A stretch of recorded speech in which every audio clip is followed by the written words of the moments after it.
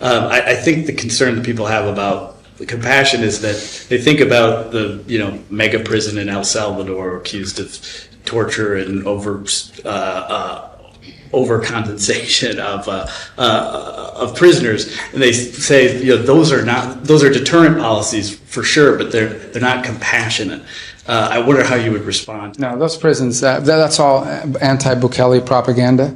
It's just not true. Human Rights Watch and other They're wrong. They hate Bukele, and so they make these things up, and they can if they want to, but it's not true.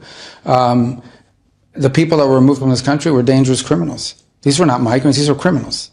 Okay, there's migrants or people that come here, they violate the law because they broke our immigration laws. Those people are deported to their home countries. These are dangerous criminals, which Venezuela would not accept. These were trained at Agua gang members.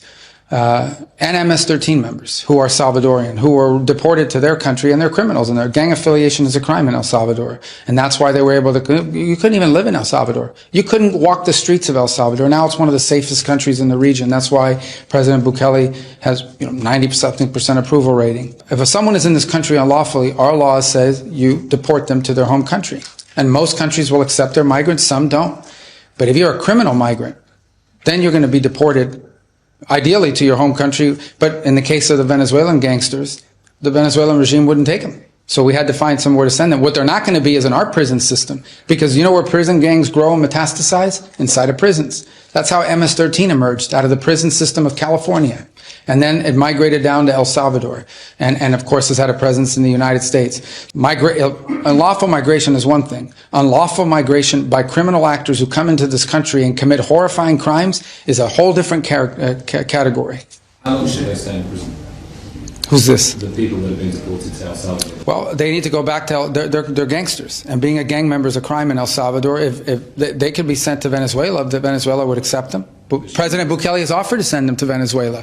And then there are MS-13 gang members who are Salvadoran. And those are also in that prison. We've deported some of them. And obviously, they're Salvadoran citizens. They're not American citizens. They are Salvadoran citizens unlawfully in the United States who are members of gangs. And they're under the jurisdiction of their nation's laws. So we're not going to opine on what their nation's laws are.